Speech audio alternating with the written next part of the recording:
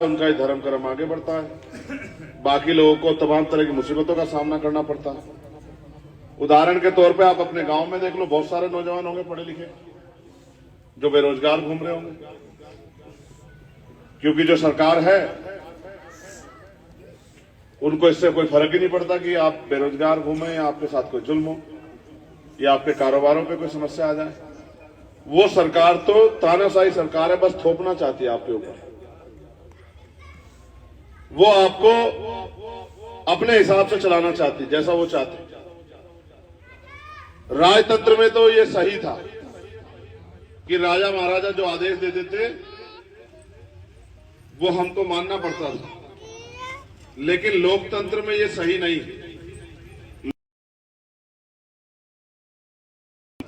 यानी कि जो भी सरकार बनेगी वो जनता के लिए बनेगी और वो जनता की सुख सुविधाओं का ख्याल रखेगी, जनता की तरक्की के काम करेगी, जनता के समस्याओं का हल करेगी। लेकिन आज की सरकार तो समस्या पैदा कर रही है। कैसे?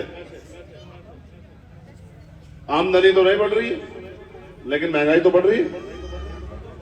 350 रुपए वाला सिलेंडर 1150 रुपए का मिलता है। बेटे आप दे दो कुर्सी, बड़ी है उनको कुर्सी दे दो, बैठ जाएंगे। मैं जब कहूंगा तब दे देना। इनको दे दो, इनको ये बड़ी है, बैठ जाएंगे। दे दो बेटा, दे दो, बैठ जाओ। 120 रुपए वाला आने वाला बिजली का बिल 500-600 रुपए का आता है। 45-46 रुपए वाला पेट्रोल 100 रुपए का आता है। 20 रुपए की मिलने वाली दवाई 100 रुपए की हो गई है।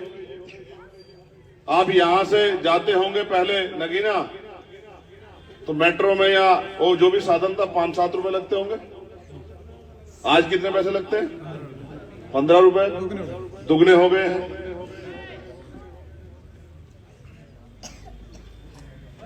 क्या आपकी आमदनी दुगनी हुई है? तो वो तो नहीं हुई।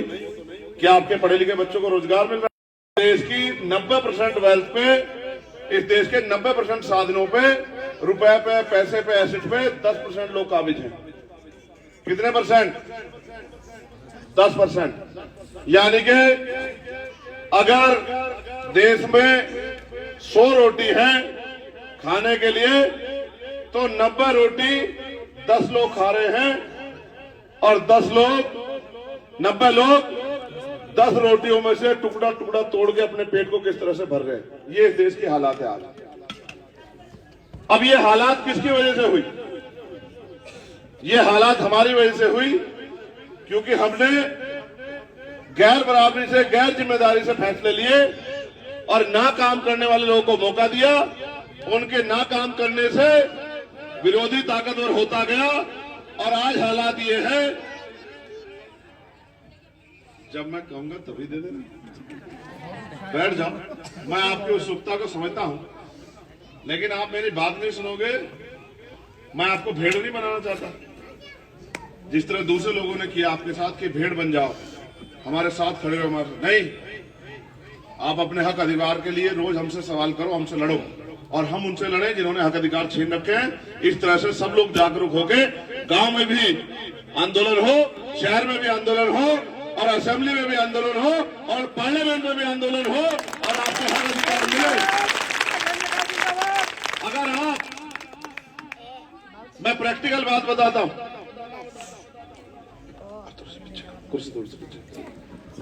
प्रैक्टिकल बात बताता हूं। मां भी बच्चे को तब दूध पिलाती है जब बच्चा रोने लग जाता है, वरना मां भी अपने काम में लगी रहती है, उसको लगता है कि बच्चे का पेट भरा हुआ है। ये है प्रैक्टिकल बात। जब तक आप अपने हक अधिकारों के लिए बोलोगे नहीं, लड़ोगे नहीं, संघर्ष नहीं करोगे, आवाज नहीं उठाओगे, आपके द्वारा चुना गया नेता पार्लियामेंट में जाके सरकार को झंझोड़ेगा नहीं, उनके आगे सवाल नहीं रखेगा, उनके आगे कागज रखेगा, तब तक सरकार क्यों सुनेगी? क्यों सुनेगी सरकार? जब आपका चुना हुआ नेता जाके नहीं बोलेगा तो सरकार को कोई फर्क नहीं पड़ता कि आप भूखे रहो, प्यासे रहो, गरीबी में रहो, बेबसी में रहो, आप पे खाने के लिए अच्छा खाना हो ना हो, पीने के लिए अच्छा पानी होना हो, पहनने के लिए अच्छे कपड़े होना हो, कोई फर्क नहीं पड़ता। देखो, दुनिया में व्यक्ति राज नहीं करता, विचार राज करता। जिस विचार के साथ लोग जुड़ जाते हैं वही विचार ताकतवर हो जाता है। उस विचार को मानने वाले लोग कुर्सियों में बैठ जाते हैं। जो कुर्सियों में बैठते हैं उनके हाथ में कलम की ताकत होती है, वही लोगों की जिंदगी बदलते हैं। बहुत दिन पहले सदगुरु रविदास जी महाराज ने हमारे लोगों को रास्ता दिखाया। आज ये भी दस रहे थे कि महाराज जी की फोटो लगी से बहुत दिन पहले 600 साल पहले महाराज जी ने हमें रास्ता दिखाया। क्या कहा? रविदास मानुष करी बसन्नु सु कर है दो ठाव, एक सु स्वराज माही दूसर मरगट गांव। कि अगर सुख शांति का जीवन जीना चाहिए तो दो ही रास्ते हैं, एक सु स्वराज माही कि जीवित रहते तो सुख शांति का जीवन स्वराज माही यानी कि अपने राज में मिलेगा और मरने के बाद मिलेगा शमशान घाट में और कब्रिस्तान में। अब हमारे लोगों ने समझा ही नहीं राज क्या होता है, तो हमारे लोग सोचते रहे कि ये दूसरे लोग राज कर रहे हैं, इसी राज में हमारी जिंदगी में सुख शांति आएगी। भाई अगर भाजपा के लोग राज करेंगे तो आप पे लठी बजेगा, इसके अलावा क्या होगा? भाजपा के लोग सत्ता में बैठेंगे, आपकी खाली खींचेगी। देखो पिछली बार भाजपा सत्ता में आई तो पुरानी पेंशन लेके चली गई कर्मचारियों की, और इस बार सत्ता में आई तो सरकारी नौकरी लेके चली गई। ना सरकारी डिपार्टमेंट होगा, ना सरकारी नौकरी मिलेगी, ना गरीब का बेटा कुर्सी पर बैठेगा, ना उसकी जेब में कुछ पैसे आएंगे, ना ही उनके घर अच्छे होंगे, ना ही उनको रोजगार मिलेगा, ना उनको सम्मान मिलेगा और जुल्म जाति का जीवन जीना पड़ेगा। कुछ सपने हैं आप लोग? आजाद हुए 75 साल से ज्यादा हो गए, बताओ क्या सपने हैं? कभी आपने हवाई जहाज में बैठ के देखा? इतने लोग बैठे हैं, जरा हाथ उठा के बताओ तुम में से कौन बैठा हवाई जहाज में? कितने लोग यहाँ खड़े? कितने लोग बैठे हमें हवाई जहाज में? हेलीकॉप्टर में कितने लोग बैठे? रेल के एसी कोच के डब्बे में कितने लोग बैठे? रिजर्वेशन वाले में? तो फिर क्या हम इस देश में गुलाम हैं कि हम सिर्फ रोजी रोटी के लिए? रोटी तो इस देश में जानवर भी खाता है। आपने पशु पाल रखा, आप भी उसके लिए खाने पीने की व्यवस्था कर देते हो। और सच ये है हमसे अच्छे तो अमीरों के जानवर है। आप देखो अमीर कुत्ता पालता है, उसको अपने बराबर में रजाई में सुलाता है, गर्मी होती है तो एसी चलाता है, सर्दी होती है तो हीटर चलाता है, गाड़ी में लेकर जाता है अपने बराबर में ठाके। एक दिन में बात मुंबई में समझा रहा था, थोड़ी देर बाद मैं बाहर निकला तो बराबर में गाड़ी जा रही, कुत्ते ने बाहर मुंह निकाल रखा। मैंने कहा देखो ये रहा प्रैक्टिकल कि अमीरों के कुत्ते भी गाड़ियों में घूमते हैं। आप में से कितने घरों में 4 गाड़ी? जरा हाथ उठा के बताना। तो आप इस देश में जिन पे कुछ है नहीं, वो है क्या इस देश में? आप इलाज की कमी कारण मर जाओ, भूखे प्यासे मर जाओ, आपके मरने से किसी को आखिर किसी को दुख तकलीफ होती है क्या? किसी के दिल में दर्द होता है क्या? कितने लोग हैं जो अस्पताल के बाहर मरते हैं? कितने लोग इलाज न मिलने का? मैं आपके गांव में दिखा दूंगा, बहुत सारे परिवार ऐसे होंगे कि वो अपने लोगों का इलाज कराना चाहते हैं, उनकी जेब में पैसे नहीं होंगे। क्या इस देश में सुख सुविधा अमीरों की गुलाम है? नहीं। इस देश में हजारों साल की गुलामी काटने के लिए बाबा साहब अम्बेडकर ने हमें हथियार दिया। वो हथियार तलवार नहीं है, वो हथियार बंदूक नहीं है, वो हथियार है वोट। मुझे मौका मिल जाए तो मैं सारा अमीरों का धन उसकी जांच करा के सारा गरीबों में बांट दूंगा, सारा। और अमीर मेरे खिलाफ किसी कोर्ट में चले जाए मुझे कोई फर्क नहीं पड़ता, क्योंकि मैंने तो अपनी जान को दांव पे लगा दिया 6 महीने पहले जब मेरे ऊपर गोली चली। मैं तो गोली खा के भी घर नहीं बैठा, डरा नहीं। मैंने समझ लिया कि सदगुरु जी ने मुझे जीवन इसलिए दिया है कि जो जुल्म जाति हो रही है उसको रोको और इनकी आवाज बनने का काम करो, इनको नाइंसाफी से मुक्ति दिलाने का काम करो। मैं आज जब गांव में जाता हूं तो देखता हूं पहनने के लिए अच्छे कपड़े और पीने के लिए साफ पानी की व्यवस्था भी नहीं। आपने मेरे लिए तो बोतल रखी पानी की, देखो। आप ईमानदारी से बताओ, आप ऐसी बोतल का पानी कितनी बार पीते हो महीने में? फिर समझ रहे हो? ये है सच। गरीब का इस जिंदगी में कुछ नहीं। मेरा बस चले तो मैं 500 रुपए वाली मिलने वाली पेंशन को बढ़ा के 5000 रुपए कर दूं। मेरा बस चले तो जिस तरह से नेताओं के अधिकारियों के बिल फ्री है, मैं बिजली का बिल आप लोगों का फ्री कर दूं, एक पैसा आपकी जेब से ना जाए। मेरा बस चले तो जो टैक्स है जिसकी जितनी आय उस हिसाब से लगा दो, जिनकी आय कम है उन पर कम टैक्स लगा दो। जो सामान आज 100 रुपए का मिल रहा है वो कल 40 रुपए का मिले आपको। मेरा बस चले तो मैं इतने अच्छे अच्छे स्कूल कॉलेज खुलाऊं और उनमें पढ़ाई मुफ्त कराऊं कि गरीब का बच्चा भी डॉक्टर, इंजीनियर, IAS, IPS, वकील, जज बन सके, पटवारी, सेक्रेटरी बन सके, उनकी जेब में भी पैसे आए। मेरा बस चले और चलेगा एक दिन। आप याद रखना कि आएगा वो दिन जब कलम की ताकत होगी आजाद समाज पार्टी भीम आर्मी के हाथ में। तो मेरी बात को याद रखना कि मेरा बस चले तो यहां मैं एम्स जैसा हॉस्पिटल बनाऊं कि किसी भी बीमारी, कोई भी तकलीफ हो तो जाओ, इतने कम पैसों में इलाज हो कि गरीब भी अपना इलाज करा सके, सारे टेस्ट मुफ्त हो जो गरीबों के साथ जो जेब कटारी बंद हो जाए। मेरा बस चले तो मैं यहाँ इंडस्ट्रियल एरिया लगवा के इस बिजनौर जिले में आने वाले लाखों नौजवानों को, चाहे वो टेक्निकल हो या नॉन टेक्निकल हो, उनको रोजगार दिलाने का काम करूं। उनके घरों में जो है नौकरी रोजगार आए तो उनके घरों में 4 पैसे आए, ऐसी व्यवस्था करूं। मेरा बस चले तो मैं पुरानी पेंशन बहाल कर दूं। मेरा बस चले तो मैं जो भी समस्या आपके जीवन में, जैसे महिलाओं के साथ एक समस्या है और ये बहुत समस्या मजबूरी की है कि आज भी हमारे लोगों को मेहनत मजदूरी करके अपने पेट को पालना पड़ता है। और एक सच ये भी है कि आपने पशु भी कुछ लोगों ने यहाँ गांव में पाल रखे। कितने के लोगों घरों में पशु, जरा हाथ उठाओ। आपने पशु इसलिए नहीं पाल रखे कि आपको दूध की जरूरत है, आप दूध पीना चाहते हो, इसलिए नहीं। असल ये है कि आप उस दूध को बेच के अपने घर का खर्चा चलाते हो, इसलिए आपने पशु पाले हैं। ठीक है, ये कड़वी सच्चाई, मैं इस कड़वी सच्चाई को जानता हूं। ये हर गरीब की समस्या है। वो 1-1 रुपया जोड़ के कोशिश करता है कि भाई मेरे घर में इतने पैसे जुड़ जाएं कि मैं अपने बच्चों का पेट पाल सकूं। और मेरा बस चले तो मैं यहाँ कुटीर उद्योग लगवा के अपनी बहनों को घर पे रोजगार देने का काम करूं, जिससे कि 10-20 हजार रुपए का रोजगार उन्हें घर पे मिले और उनके जीवन में सुख शांति है, उनके भी कुछ सपने पूरे हों। वो भी कभी बस में, उसमें ट्रेन में, जहाज में, हेलीकॉप्टर में बैठ कर देखे कि गरीब को भी कुछ अवसर मिलने चाहिए।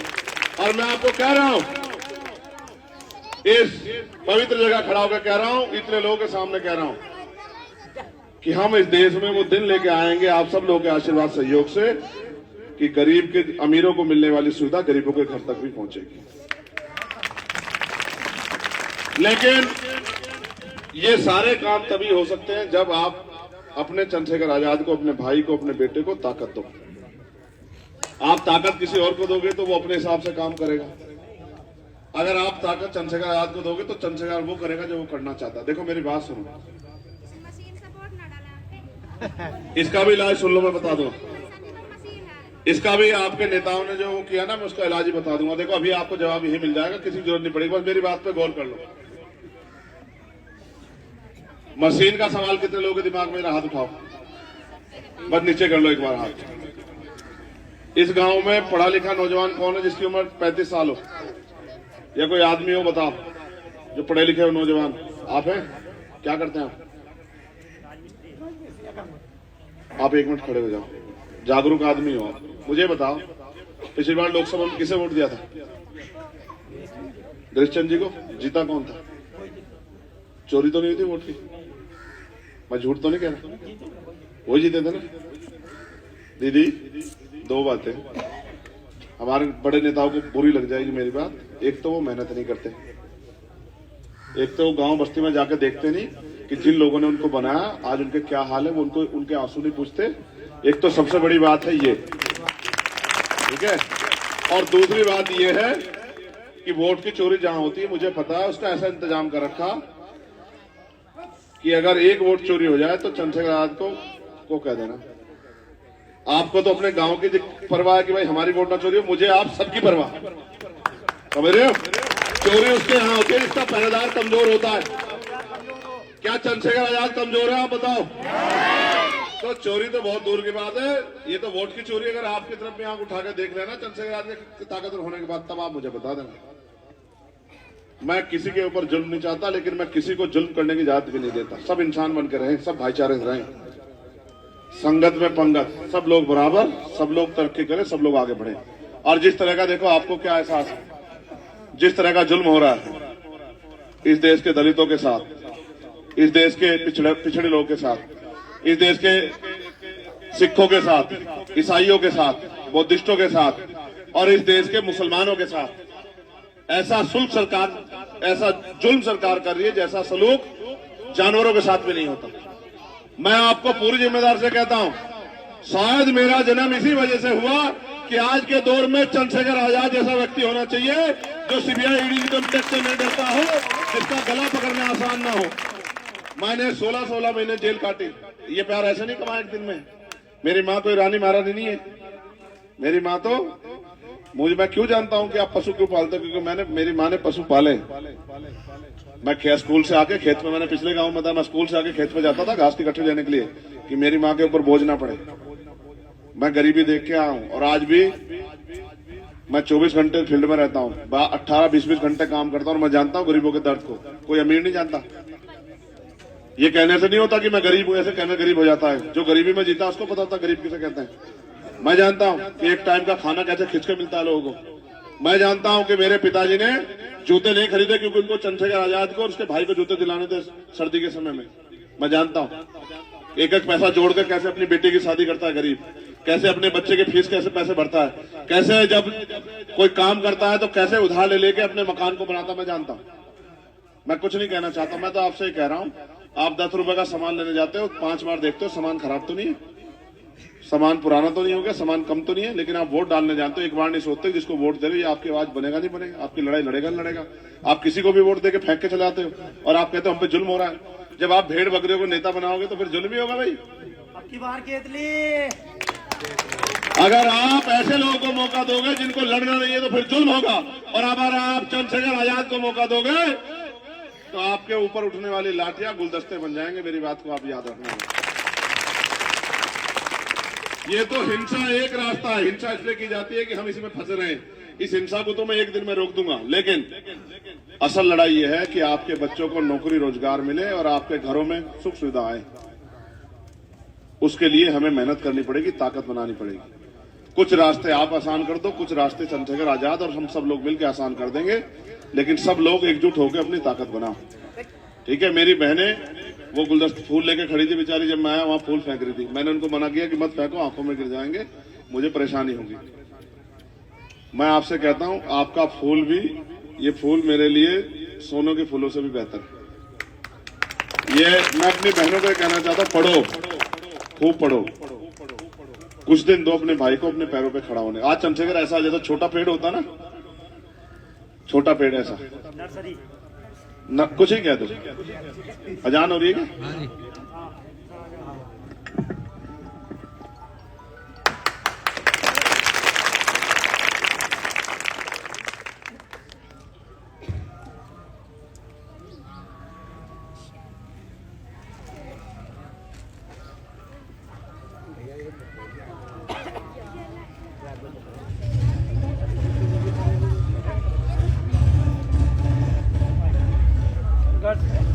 आपके बोली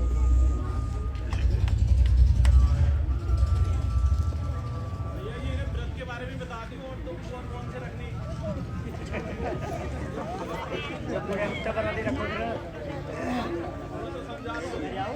मैं ये 1 महीने का समय है, 1 महीना नहीं बचा, 19 तारीख को वोट पड़ेगा। मैं ये लड़ लूं पहले, फिर बहुत कुछ बदलाव होगा। अभी तो पहले था ना, मछली की आंख पे ध्यान रखना चाहिए। वही रखना चाहिए। देखो तो मैंने आपको सारी बातें बता दी। मैं बस आपसे कह रहा हूं, यहां बहुत लोग आएंगे मेरे जाने के बाद, रुपए पैसे लेके भी आएंगे, उनके कुर्ते भी बहुत लंबे लंबे होंगे, बड़े बड़े तिलक भी हो सकते हैं उनके माथे, बहुत कुछ हो सकता है, लेकिन वो चंद्रशेखर आजाद नहीं हो सकते। बस आप इस बात को याद रखें। और 19 तारीख को वोट पड़ेंगे, और चंद्रशेखर आजाद को ताकत देने के लिए हमारा चुनाव निशान है क्या? जोर से बताओ। ये मेरा निशान है, हम सबका निशान है। तो हमारा चुनाव निशान है केतली। केतली नहीं है, चंद्रशेखर आजाद है। और अभी चंद्रशेखर ऐसा छोटा सा है, जैसे छोटा पेड़ लगाते ना घर में, खेत में लगाया कभी पेड़?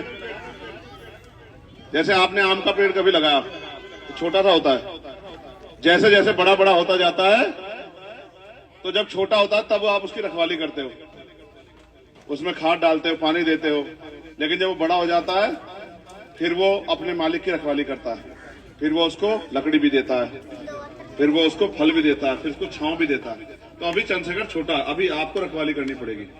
जिस दिन चंद्रशेखर अपने पैरों पर खड़ा हो गया उस दिन चंद्रशेखर इस पूरे दलित, पिछड़े, आदिवासी, सिख, जैन, बौद्ध, ईसाई, मुसलमान, हर गरीब, हर बहन और माँ के आंसू पूछने का काम करेगा, उनका सुरक्षा चक्र बनने का काम करेगा, उनकी गरीबी बेबसी खत्म करने का काम करेगा।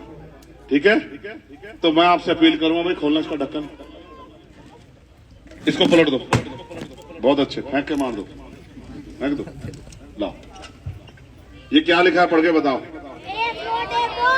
लेकिन मैं जानता हूं यहां ये बात पहले से आई हुई है, क्योंकि जब मैं देख रहा था तो ढक्कन खोल खोल के वो डाल रहे थे इसमें पैसे। इसका मतलब आप पहले से तैयार हैं कि हमें चंद्रशेखर आजाद को ताकत देके उसको कामयाब करना है। मैं आपसे बस ये अपील करूंगा कि आपके पास, मेरी बहनों के पास फोन है ना, तुम्हारी सहेलियां भी होंगी, रिश्तेदारियां भी होंगी, हमारी बहनें कहीं और शादियां होकर भी कहीं होंगी, हमारे यहाँ भाभियां भी आई होंगी, उनके परिवारों को भी फोन करना कि इस बार हमारा भाई लड़ रहा है, हमारा खून, उसकी मदद करनी है, किधर उधर नहीं जाना, किसी को चूकना नहीं, कोई आ जाए, प्यार सबसे करो लेकिन वोट अपने भाई को देनी है। करोगे नहीं करोगे मदद बताओ? 2-2 4-4 फोन करोगे नहीं करोगे? आप बताओ भाई, मदद करोगे नहीं करोगे? पक्का? तो फिर चंद्रशेखर आजाद को ताकतवर होने से कोई नहीं रोक पाएगा, और चंद्रशेखर आजाद ताकतवर होंगे तो आप सब ताकतवर होंगे। लाओ सर पे हाथ रखो।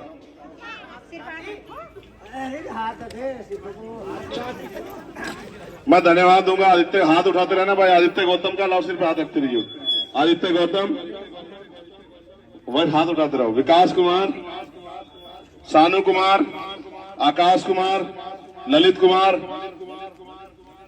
विक्रांत कुमार, ललित कुमार, गौतम कुमार, विनीत कुमार, तरुण कुमार, अजय कुमार, विवेक कुमार, सत्यम गौतम, सौरभ कुमार, प्रियांशु गौतम, मिथुन कुमार, गौतम कुमार, जोगेंद्र सिंह, आशु कुमार।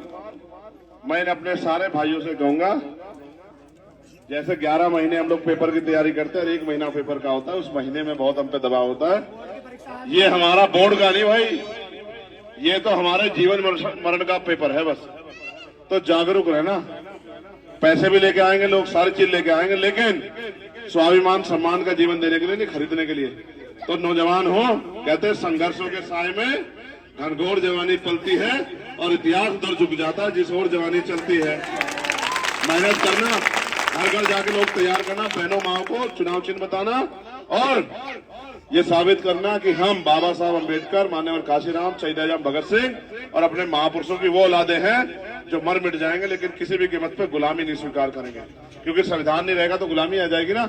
तो मैं आप सबका धन्यवाद करता हूं और आपसे अपील करता हूं कि ये दिन जागने के दिन है। हमारे यहाँ एक कहावत है, सोते का कटड़ा और जागते हुए की कटड़ी। ठीक है या नहीं कहावत ये? तो जागते रहोगे तो आगे बढ़ो। इतना ही समय मेरे पास है जितना आपके पास है, और मुश्किल से 22-25 दिन रह गए। जितनी मेहनत मैं कर सकता हूं मुझे करने दो, आप जितनी मेहनत कर सकते हो आप करो। मेरा 1-1 मिनट कीमती है, उस समय को खर्च मत करो। ये चुनाव खत्म हो जाएगा, मैं अपने काम से फ्री होकर आ जाऊंगा। आप मुझे 2-2 दिन घर में रख लियो, गांव में रख लियो, मैं ना नहीं करने का। लेकिन अब मुझे, मेरे ऊपर जो प्रेशर है ना, मुझे काम करने का। क्योंकि अगर 1 वोट से मैं पीछे रह गया ना तो 5 साल आप और मैं सिर पकड़ पकड़ के बैठेंगे। ठीक है? मैं किसी का उलाना नहीं रखता।